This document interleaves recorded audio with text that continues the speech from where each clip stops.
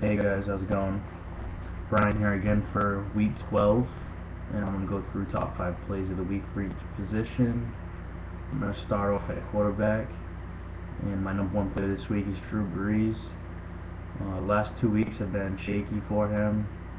He's at home again against the Ravens, so I think he's going to be able to put up a decent amount of points against them. Even though they just lost Brandon Cooks, I think he'll still be fine. So he's my top play of the week. Jay Cutler falls in behind him.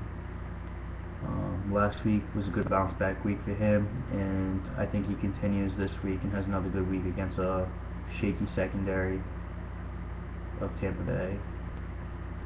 Kaepernick probably has one of the easiest matchups of the week.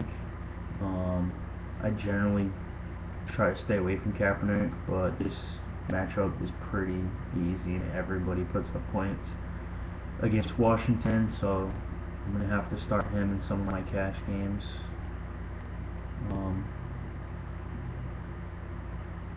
Next is going to be Alex Smith. If you're playing any Thursday games, his value is pretty good for the matchup.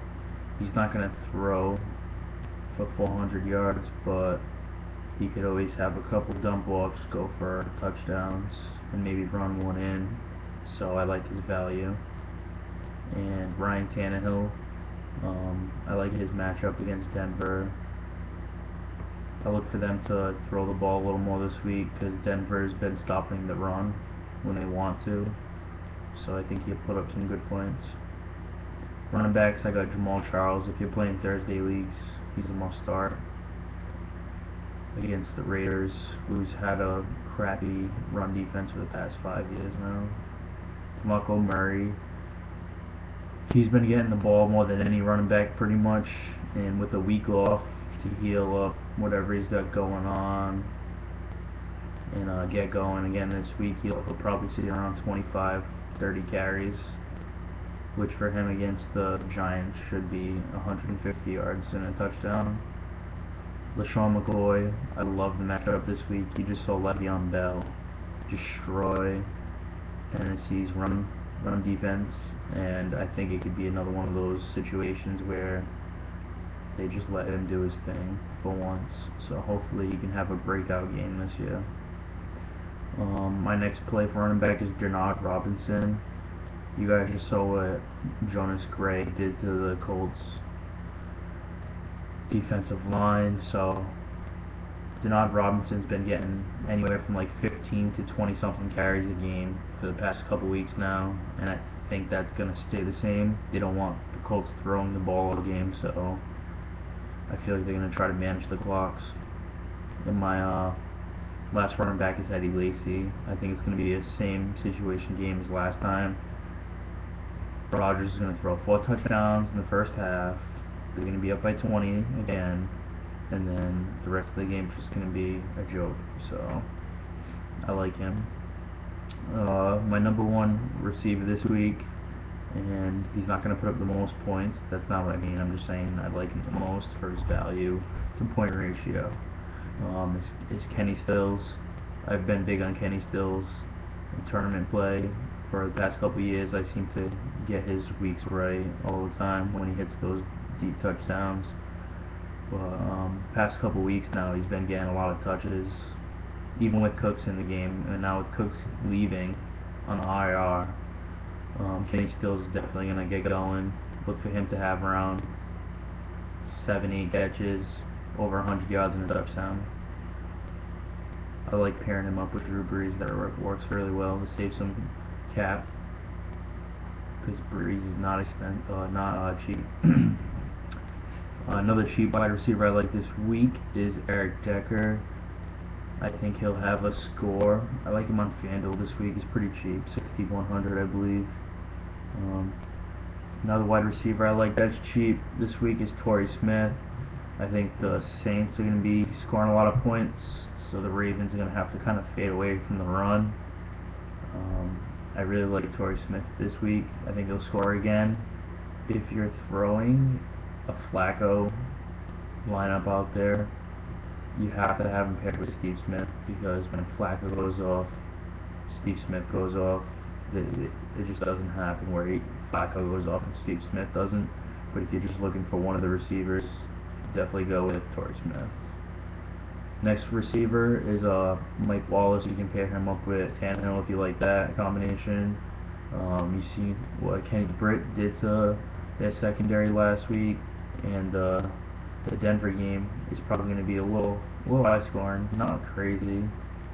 Might be just under like 50 points, but it's still a decent amount of points. So he'll probably have a touchdown like he usually does, 7 catches and around 90 yards, something like that. And Sammy Watkins is a play I'm using in a lot of spots this week. A lot of people are playing Josh Gordon this week, and I just have a feeling where if you're trying to finish top 10 in a tournament, you can't be playing Josh Gordon because his ownership percentage is going to be 50% this week in some tournaments. He's cheap, especially in Draftkings. His value is crazy, 63. I mean, it's a scary fade, but someone even posted on my wall, I forget who it was, I'll give you credit later, the best fades are usually the scariest, and that's kind of true. I mean, I was fading Martavis Bryant.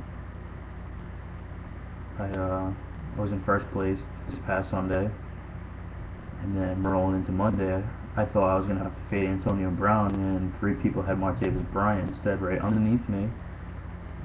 And I was like, oh shit. Le'Veon Bell was a little underneath there too. So, I mean, it was a scary fade, but, you know, I think Martavis Bryant was 30-something% owned, and he scored 2.5 points or something, so ended up working out for me. Won some good money. Might be scared, but sometimes the bold moves work out the best. Tight end, Gronk. Numero uno, the Gronk. My next play at tight end is Kobe Fleener. I had him ranked high this week before the games were even played, so the fact that he's the only tight end that's going to be playing now just ups his value even more. He's going to be a great play. Jason Witten, if you watch the Giants games, they get beat over the middle all the time, so I like that. Jason Witten will be catching a couple passes over the middle. Larry Donnell in that game is a nice play too, and if Martellus Bennett is healthy, I like him as my last tight end. Kickers, I'll fly through them to hurry up for you guys. Got Dan Bailey, number 1, Gostkowski, 2, Crosby, 3, Phil Dawson, 4, and Matt Prater, 5. Just trying to target people I'm going to expect to have at least 3 chances at field goals. That's usually how you go. In defenses, Eagles, number 1, KC / Green Bay, number 2 spot / 3 spot, and then San Fran and Patriots at number 5. I think Stafford tries to force feed Calvin Johnson a little too much this week and hurts him. I'll actually be at that game too, so I'll be cheering for the Pats. Eagles, I think it's a pretty easy call to start the Eagles this week.